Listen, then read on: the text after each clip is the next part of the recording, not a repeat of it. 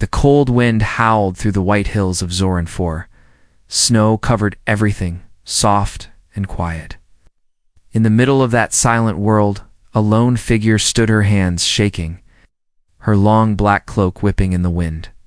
Her name was Syria. She was not just any woman. She was a mother who had lost everything. Her dark blue skin looked pale under the gray sky, her bright violet eyes red from days of crying. Before her, a small grave rested under a frozen tree. The ground had been dug by hand, with nothing but a broken stick and bleeding fingers. She had placed a stone on top and carved a name with her own claws. Lyre, her baby's name. Syria fell to her knees. She whispered to the grave, her voice thin and broken. "I'm sorry, little one. I wasn't strong enough. I should have held you tighter, should have never let you go during the escape." Her child had gone missing during the chaos of the city's fall. Human and alien ships had come to evacuate civilians, but there was no order. Fires burned, soldiers shouted, people ran in all directions. In the madness, Syria had searched for hours, but no one helped her. They told her the human ships didn't save alien children, that the child was likely dead in the rubble. So when she found the little shoe in the ash, she believed the worst. She buried an empty blanket and a toy. The wind blew harder. Syria reached into her satchel and pulled out a small music box. It was cracked, but when she pressed the button, a gentle hum filled the air. It had been her child's favorite lullaby. She placed it near the grave and let the sound drift in the wind like a goodbye kiss. But then she noticed something strange. Footprints, not hers, fresh, too big for a child, but not the boot print of a soldier. She turned slowly, her heart pounding. Who had come here? This area was marked as abandoned. She narrowed her eyes and followed the steps for a few feet. The prints led to the grave, then vanished, as if someone had been watching, standing there. She looked around, her breath shaking. "Who's there?" she called. Silence. Only the wind answered her. But deep inside, a strange warmth flickered. A mother's instinct. Something was off. The grave, the footprints. The way the toy had been moved slightly as if touched. Then she heard a soft sound behind her. Clink. Metal against stone. She turned fast. Eyes wide. Nothing. Only the music box spinning. The lullaby slowing down. She stared. At the grave again. Her knees hit the ground once more, but this time not with grief, but with doubt. Her hand slowly reached to touch the stone marker, and her voice whispered, "Did someone come here? Did someone take him?" Her tears came again, but this time, her eyes were not dead. They were sharp, alert, afraid, but also filled with a thin line of hope. Syria looked up at the sky. Human ships still passed in low orbit, shadows moving behind the clouds. She had hated them, blamed them. But now she wasn't sure. She wiped her face and stood. She picked up the music box and placed it back in her satchel. Then she did something she hadn't done in days. She left the grave. Behind her, the small grave still sat under the tree. But someone else had been there, and far away on the other side of the snowy forest, a human named Marcus sat near a fire. In his arms, wrapped in heat-sealated blankets, was a tiny alien child, breathing, sleeping. Marcus stared into the flames, the child's tiny hand gripping his jacket. "I don't even know your name, little one," he said softly, "but you're safe now, I promise." He had no idea a mother was searching. He had no idea that today, at a cold stone grave, her heart had started to beat again, and soon paths would cross, and nothing in the galaxy would be the same. A small, broken toy sat half buried in the snow. Its purple eyes still glowed weakly. A little music chip inside it sparked now and then, whispering a melody too quiet for anyone to hear. But Marcus heard something else. He wasn't supposed to be in these woods. The area had been cleared weeks ago after the last alien colony collapsed. Human rescue missions had already moved on, but Marcus had stayed behind. He always did. He had a habit of looking where others didn't, and that toy caught his eye. He crouched down, brushing away the snow with gloved fingers. The toy had alien symbols carved on its side. It was small, soft, and worn the kind children held when scared. Marcus's gut twisted. He looked around. No footprints, no signs of recent movement. Just him, the trees, and a quiet too heavy to be normal. His breath steamed in the air as he slowly stood and scanned the tree line. That's when he saw the door. Not a real door, but a cracked bunker hatch, nearly hidden under vines and snow. It looked forgotten, missed by scanners. He stepped forward, carefully, his boots crunching against the icy ground. The hatch was bent, as if something had hit it hard from the inside. He drew his flashlight and pointed it inside. The beam revealed shattered crates, collapsed walls, and something moving. Soft cough. Marcus's heart skipped. He moved fast, pushing aside the debris with both hands. Dust flew everywhere. He gagged, but kept digging. Then he saw it. A child, small, weak, curled under a slab of metal. The child's skin was blue, like all Zarin species, but his lips were pale and dry. He wasn't crying, just lying still, too weak to speak. His little fingers still held part of the toy's broken string. "Hey," Marcus whispered, kneeling beside him. "Hey, I've got you. You're okay now." He didn't know if the boy could understand English, but something in the child's eyes responded. A flicker of life. Marcus reached into his bag, pulled out a heated wrap, and bundled the child gently. "You're safe," he repeated. Even though he didn't believe it, he activated his emergency beacon and tried to call for evac. No signal. He frowned and tried again. Still nothing. His fingers tapped through the channels. Error blocked. No uplink. "What the hell?" he muttered, checking his system. He was deep in what the records called closed zones, areas tagged unsafe after political disputes. Humans weren't welcome here anymore. Alien governments had blocked access, not wanting more human help or involvement. Marcus didn't care. He looked at the boy again, who now breathed more steadily, wrapped tight against his chest. "I'll get you out," he promised. He stood and walked back into the woods, leaving the broken toy behind, but not forgotten, far away. Syria sat in silence inside a ruined hut. Watching her hands, she had followed the footprints from the grave. They led nowhere. The snow had erased most of them, but something inside her refused to give up now. For the first time since the evacuation, her body moved with purpose. She held the toy's twin in her hand, the one her baby had loved. She remembered the way Lyre used to hum along with it. Now the sound haunted her. She clutched it tight. "Lyre," she whispered, "if you're still out there, I'll find you." Later that night, Marcus lit a fire near the wreck of a shuttle. He wasn't far from the main trail, far enough to stay hidden. The boy lay wrapped beside him. Warming slowly, Marcus checked his own wounds. Scratches, bruises, nothing serious. He reached into the child's blanket and found a necklace, a small stone with glowing patterns. Pulsed faintly. "Maybe this will help me find your people," he said softly. The child blinked, but stayed quiet. Marcus looked up at the stars and sighed. "Who left you there? Why didn't anyone come for you?" He didn't know someone had come. Someone still searched. Back at the gravesite, cold wind howled again, but the music box was gone. Someone had taken it. A tiny blue light blinked near the grave's base. Visible in the snow is a tracker part of the toy. It blinked once more, then stopped, but it had already sent its signal, and others had heard it too. Not all of them were kind. Marcus sat in the shadows of a broken shuttle, his back pressed against cold metal. The alien child sleeping quietly beside him. He had sent the signal again and again, but nothing went through. Not a single message reached command. Not one call answered. His communicator worked fine. The satellite relay was strong, but every attempt ended with the same red screen. Access denied, zone locked by authority. He stared at the blinking error. "This doesn't make sense," he muttered, rubbing his face. "A rescue. Target Why would they block this? He glanced at the sleeping child.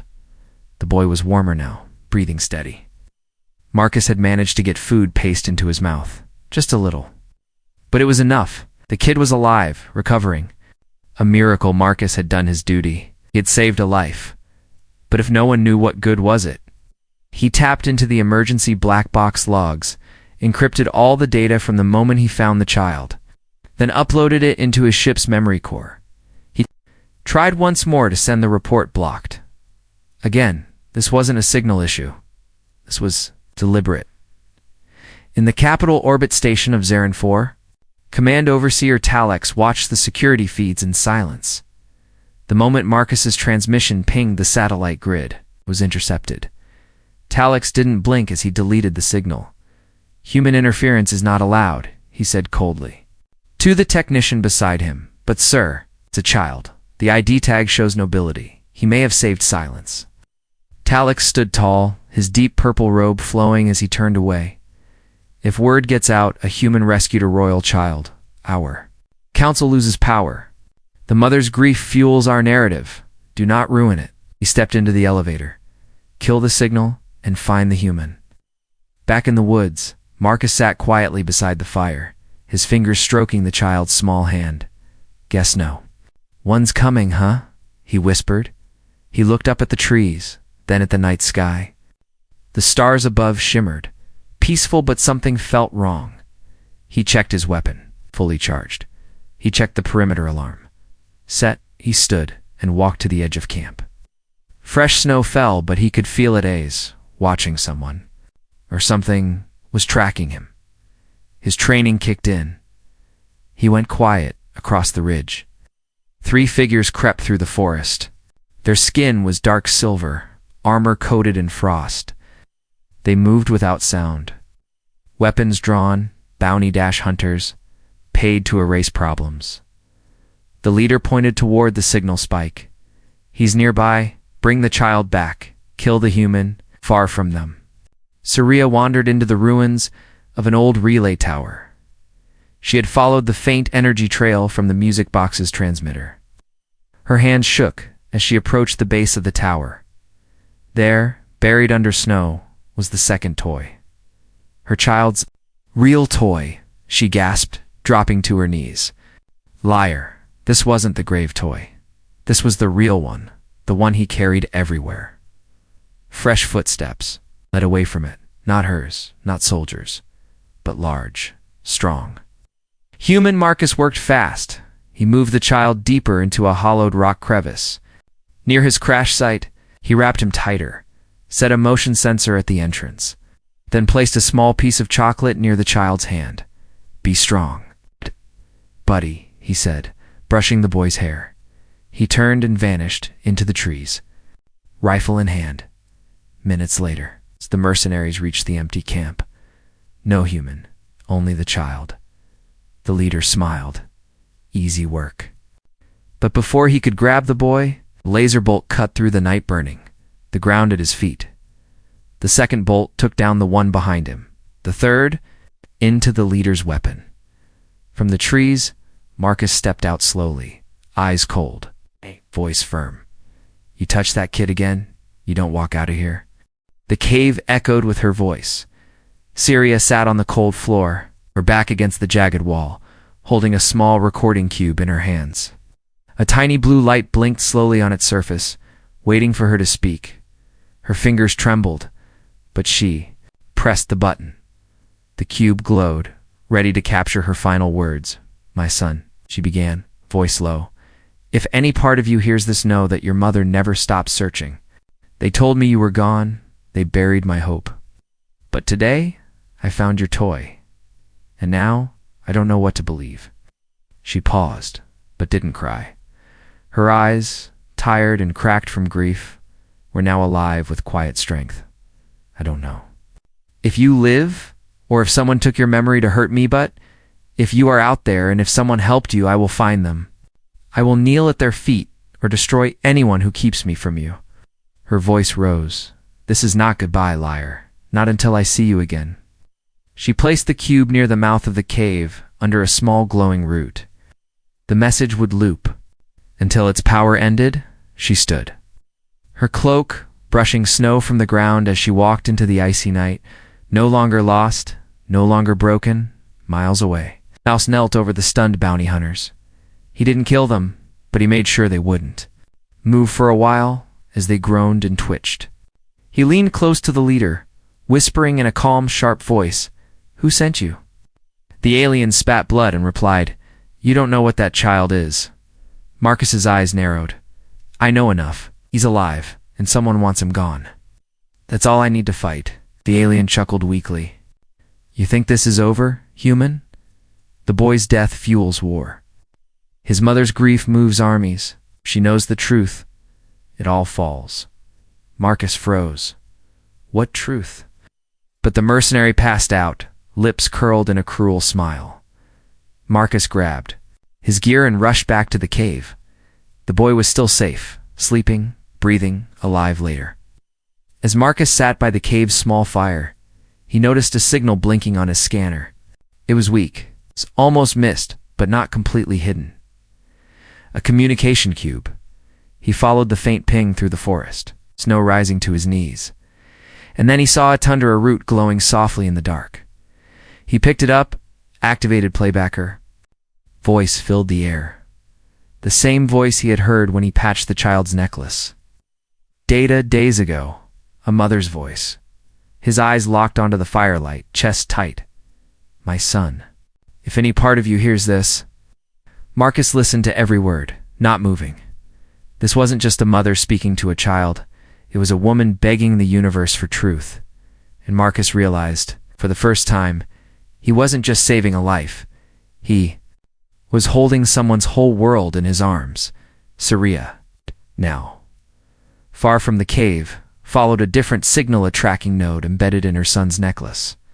It had never turned on before, but now it blinked on her wrist scanner. She whispered, "Whoever you are, you've kept him alive." Her pace quickened, wind slicing across her face. But hope burned hotter than any storm. Elsewhere, deep within Zarin Command Center, Overseer Talek stood at a map display. "Her tracker activated," he said calmly. "Anne." Aide looked nervous. "Shall we disable it again, sir?" "No," Talek replied coldly. "Let her follow it." "Why?" The Overseer smiled without humor. "If she sees a human holding her child, she'll turn her sorrow into rage. That's all we need. Let nature play its part." In the cave, the child finally stirred. Marcus leaned over. "Easy, kid. You're safe." The boy's violet eyes opened halfway. He whispered one word, soft, broken, but clear. "Ma." Marcus swallowed hard. "You'll see her, I promise." He didn't know how, he didn't know when, but he wasn't letting go. Not until he brought this child back to his mother's arms, if the entire galaxy tried to stop him. The first blood hit the snow quietly. It belonged to the bounty hunter. Stepped into the wrong clearing. He didn't see the trap wire. Didn't hear the warning click. By the time he looked down, it was too late.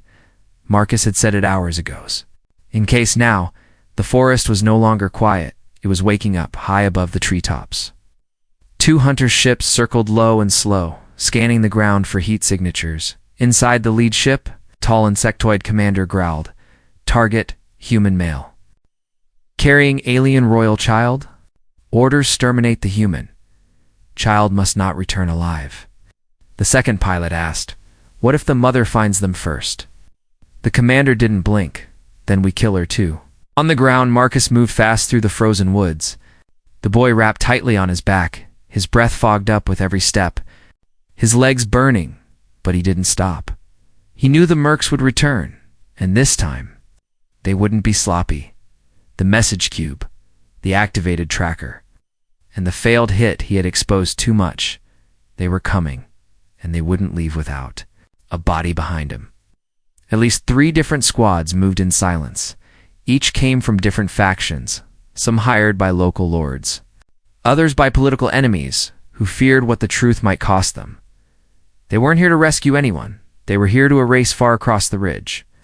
Saria stood on a jagged peak, her scanner pulsing stronger. The tracker signal was moving fast. She narrowed her eyes, not fleeing, evading. She understood the difference. Whoever had her child wasn't running. They were being hunted, her lips pressed into a line.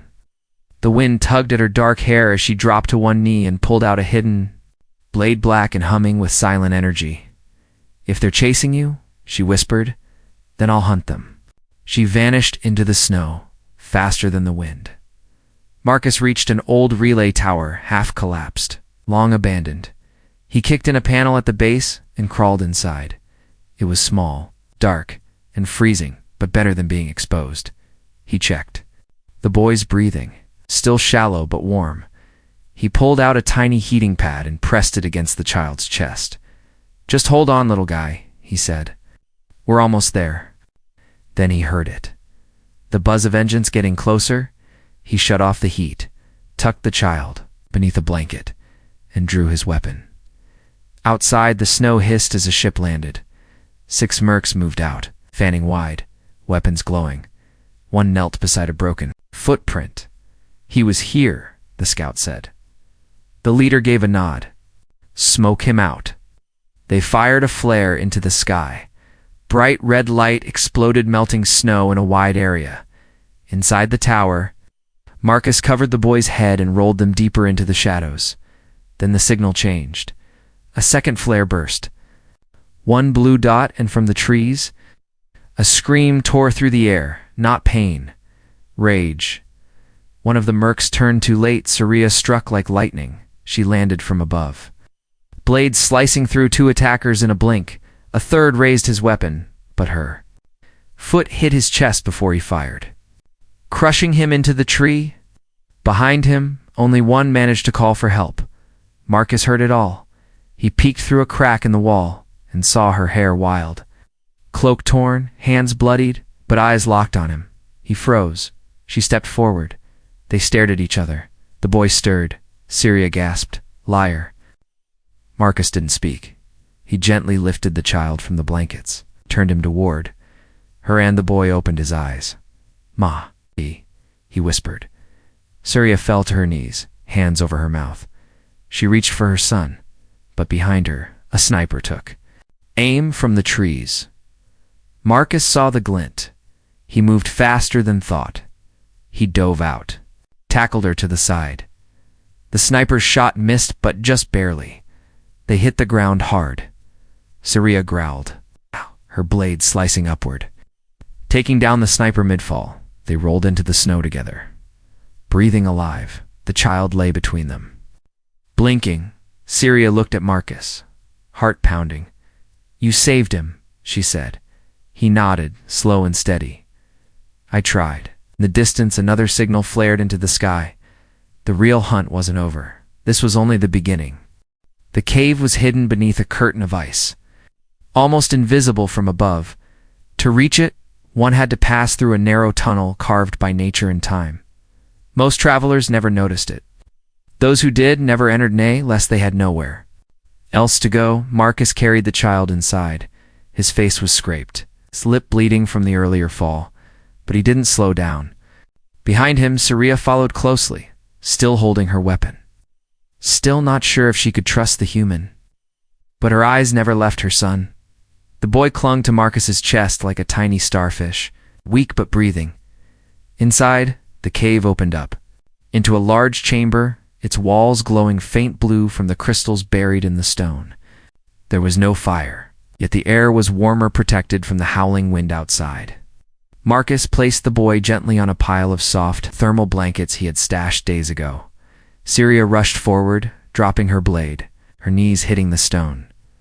"Liar," she breathed, placing her hand on his tiny chest. He stirred, then smiled faintly, recognizing the warmth of his mother's touch. "I thought," she whispered, eyes filling with tears, "I thought I buried you." The child looked up at her, whispering a sleepy word. "Warm." "Hot." Marcus stepped back, giving them space. For a moment, neither of them spoke. The galaxy, with all its noise and fire, faded away. Then Syria stood, slowly turning to Marcus. "Who are you?" He met her eyes, tired but steady. just a medic. I stayed behind during the evacuation, found him buried under rubble. He was barely alive. You stayed? Her voice shook. Shh, even when your ships left. I always stay late, he said simply. Too many get left behind. She stared at him for a long time. Then her voice hardened. They told me no human would care, that none of you would save someone like him. Marcus didn't flinch. They told me you wouldn't care if I died helping him. She blinked. That answer wasn't what she expected suddenly. The boy whimpered in his sleep. Marcus moved forward out of habit but stopped himself. Saria noticed. You're used to caring for him, she said softly. Marcus nodded. I fed him, kept him warm, told him stories when he cried. Saria looked down, voice quiet. Then you're not just a rescuer. She stepped closer, reaching out, but not for her child, for Marcus's hand. He hesitated, then let her take it. You saved my son, she said. Not just his body, his soul, and mine too. Marcus didn't speak. He didn't need to. Above the cave, the snow shifted. The last of the bounty hunters had traced them here, but something was wrong. Their scanners lit it. Their signals jammed. Their maps looped in circles. One of them cursed, the cave's cloaking field its activating. Too late, from the ridge, a pulse wave slammed outward, knocking them flat. Someone else had entered the game back inside. Marcus checked the child's vitals while Saria rewrapped his cloak with care. He turned to her. We can't stay here forever, no, she said. We have one night to breathe. Marcus hesitated, then asked, If I leave tomorrow, will you be safe? She looked at him for a long time, then shook her head. You're not leaving, he raised an eyebrow. Because now, she continued, they'll come for both of us. At night, they lit a small crystal lamp and sat beside the sleeping child. Saria pulled a threadbare cloth from her pouch of family sigil. Royal in origin. She handed it to Marcus. He unfolded it. It shimmered with names, old and sacred, and alien. Script, his bloodline is not normal, she said. He's heir to something ancient, something dangerous to those who control the council. Marcus exhaled. That's why they blocked my reports. Why they sent killers. Yes, she said. And if the galaxy learns a human saved him, would change everything. As they sat in silence, Saria leaned her head against Marcus's shoulder. He looked down, unsure. She spoke before he could move. He calls you warm, she said. And I've never seen him sleep so peacefully, not even with me. I didn't plan for this, Marcus said quietly. Neither did I, she replied, but maybe the stars did. Outside, the wind howled, but it could not touch the cave. Not tonight. Not this family. The child woke at dawn. His eyes fluttered open, soft light glowing from the cave's crystals. He didn't cry, didn't call for food. He simply reached out. One small hand searching until it touched Marcus's chest, and the other curling. Around Saria's finger, they were both asleep beside him, facing opposite directions, but the child brought them together. Right there in the middle. Saria was the first to wake. When she saw his eyes, she gasped softly and scooped him into her arms. My baby, she whispered, voice shaking. You're really here. Marcus stirred next, blinking at the soft sounds. He sat up, rubbing his shoulder, smiling tiredly. You've got your strength back, little guy. The child didn't speak much yet, but he leaned his head against Marcus and gave a sleepy humph. Same hum from the Broken Toys music chip. Saria watched the moment, heart aching. She had thought her child was lost. Instead, she found more than just a son. She found the man who risked everything to bring him back. Outside, the snowfall had stopped. The skies were clearing, but the danger hadn't passed. A message blinked on Marcus's wrist, device's silent warning from an old contact. The council knows. Orders have changed. They're coming for the child, the human who touched royal blood. Saria saw it too. She stepped toward Marcus, cloak dragging behind her like a queen's train. I won't let them take him again, she said. Marcus nodded. Then we fight together. But Saria stepped closer and said, not just as warriors, as a family. He looked at her, surprised. You barely know me. She reached out, touched the scar on his cheek. You stayed when no one else would. You cared when no one asked. My son calls you warm, and so do I. Later that day, they climbed to a ridge with the boy safely wrapped on Marcus's back. A shuttle waited, one Marcus had hidden long ago in a frozen gorge. He didn't plan to use it. Now he had no choice. He activated the launch code, and the ship's panels hissed open, but before they could step inside, a voice echoed from above. You're not leaving, human. Taklant, the overseer of Zoran, for himself. He stood with armed guards, flanked by steel drones and glowing rifles. Surya shielded her child with her body. Marcus raised his weapon. Talax didn't even blink. You will hand over the boy, he said, calmly. You will erase what happened here. You will disappear. Marcus said nothing. Surya did. She stepped forward, cloak snapping in the wind. I am Princess Surya of House Leorin, and you will not touch my child. Talax smirked. You were declared unfit, a grieving widow ruled by emotion. Your word holds no power, then let my blade speak. She said and drew her ancestral weapon from beneath her cloak. The fight was short but not easy. Marcus and Syria fought back to back, blaster and blade dancing as one. The child watched from the shuttle, small hands pressed to the glass, eyes wide but silent. When the smoke cleared, Talax lay unconscious. The guards retreated, and the child's parents by blood and by choicest. Together, in the fading light, they left Zarian that evening. The galaxy called them fugitives. But the people who learned the truth called them something else. Family, weeks later. In a hidden system, the boy laughed for the first time. Marcus built him a toy one that hummed the old tune. Syria watched them from the doorway of their small home. Wind chimes ringing softly in the breeze. She stepped out and took Marcus's hand. He looked at her. She didn't speak. She didn't need to. Her smile said it all.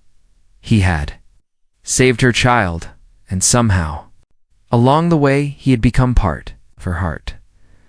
Not because of duty, but because he stayed, because he fought, because he loved them both, without needing to say a word.